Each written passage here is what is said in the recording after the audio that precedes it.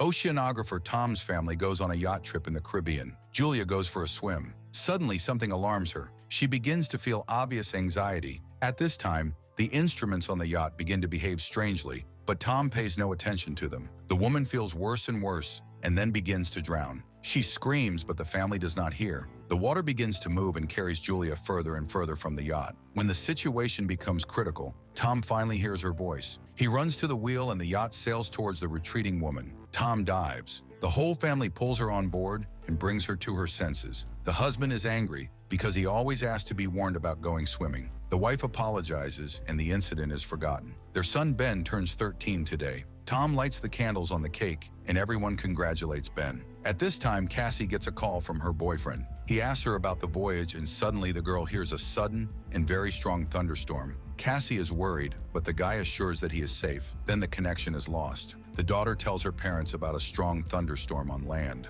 Everyone feels some kind of tremors. People run out on deck and see huge whale carcasses floating up around the yacht. Tom explains that sometimes because of a storm, whales go off course, but these animals begin to push the yacht. The husband jumps into the water and returns on board wounded. He tried to see what was happening and cut himself on the propeller. The wife stitches up the cut on her husband's shoulder. He explains that because of the blow from the tail, they will hardly be able to swim away. The woman tries to establish contact, but there is no network and the radio does not pick up a single signal either. Tom begins to count the supplies. There is enough water for about 4 days, but they are on a shipping route, so someone will definitely find them. However, threatening sounds are heard outside, and people see glowing objects falling from the sky. They are landing closer and closer. Tom decides to start the engine. He manages to take the ship away from another meteorite, but the engine finally breaks down. The next object falls so close that people manage to see that they are artificial satellites of the Earth. A strong wind begins outside and the sensors go crazy. The family hides inside the yacht, which is thrown along the waves. People put on life jackets and prepare for the worst. A strange ringing sound is heard. Tom tries to call for help, but to no avail. The family barely survives the night, but a huge hole appears in the side,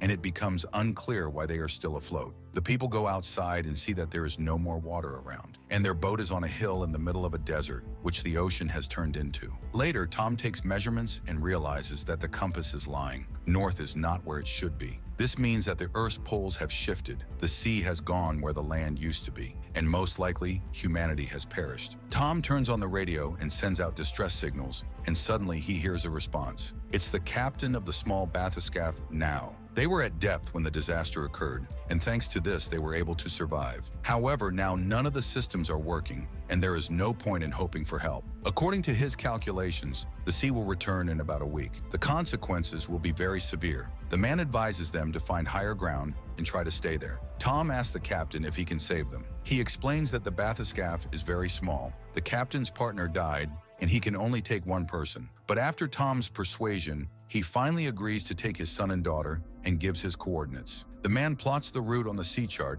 and promises to arrive at the destination in a couple of days. The next morning, Tom goes out on deck and suddenly sees a man approaching with a dog. He treats the wounded stranger with water. The man drinks it and suddenly hits Tom. Julia tries to help her husband, but the dog won't let Julia go. She understands that she can't help her husband anymore and runs to the yacht. The man starts chasing her and wounds her in the arm. Julia manages to climb onto the deck. Together with the survivors, they barricade the doors to the cabin. Then she hides Cassie and Ben and gives the daughter the flare gun. At this time, the killer tries to break down the doors. The woman hides in the toilet and glues her wound. The stranger goes to the galley and grabs the food. The man starts searching the yacht. Julia arms herself with a kitchen knife. He enters the cabin, but Julia jumps overboard and hides under the yacht. The killer looks out of the hole but does not see her. But the dog rushes at the woman and she has to destroy it. The man hears this. At this time, Julia climbs onto the yacht through the porthole of the other side and falls into his hands. The man beats and tries to strangle her. The daughter sees and decides to act. She shoots the man, and the yacht catches fire from the rocket. Julia orders the others to save themselves, and she herself makes her way to the galley. It turns out that the killer is only wounded, and he is trying to attack again. The woman kicks him away, grabs the prepared bags, and jumps out. Julia kisses her dead husband and sees how the killer jumps out of the burning yacht and follows the survivors. The ship explodes behind them. The family runs through the desert and takes cover in a stone canyon where salt water runs. Julia asks everyone not to lose heart because there is a long way ahead. Then she again sees the man who stubbornly follows their tracks. The people leave. In the evening, Ben finds a hammerhead fish and tries to cut it up. But Julia sees the pursuer and orders the others to run. A little later, they find a whole field of toxic waste in barrels. But Julia orders them to go straight ahead, despite the threat of contamination, because the killer is not far behind. The family walks along the bottom of the former ocean, making their way through mountains of garbage. Julia notices that Ben is completely dehydrated and gives him the last drops of water. The daughter begins to throw a tantrum, but her mother orders them to go on.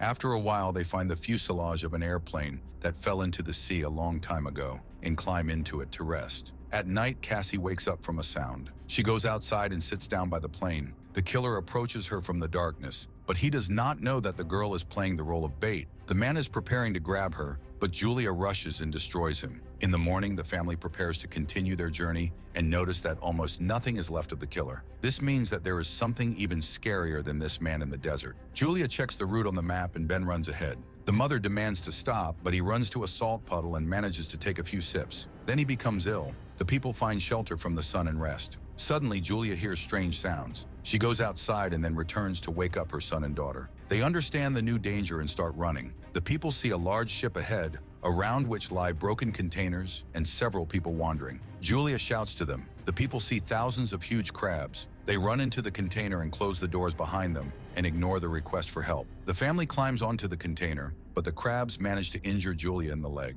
They sit on the roof and watch as the crabs penetrate through a crack in the door into the container and destroy everyone inside. The woman wraps her leg with a scarf and loses consciousness. In the morning, she wakes up alone from a strong wind and begins to call for her son and daughter. It turns out that the crabs have gone further and they have gone down to find food and weapons. They search the containers and find some water and food, and in the pocket of one of the dead, Julia finds a radio and calls Captain Now. He answers and says that he was also attacked by arthropods from the depths. The sea will return very soon. That is why the creatures have crawled out. Julia asks to save them, but does not know where to go because she has lost the map. Then the man shoots a flare gun. Ben notices it, and the family hurries in that direction. After a while, they see a yellow submarine in the distance, but it is very difficult to get to it because of the landscape. They have to make their way through a canyon contaminated with toxic waste. In one place, they get caught in a rockfall, and Julia is separated from her son and daughter. She orders them to go on. Cassie and Ben get out of the canyon and run to the bathyscaphe, but there is no one inside.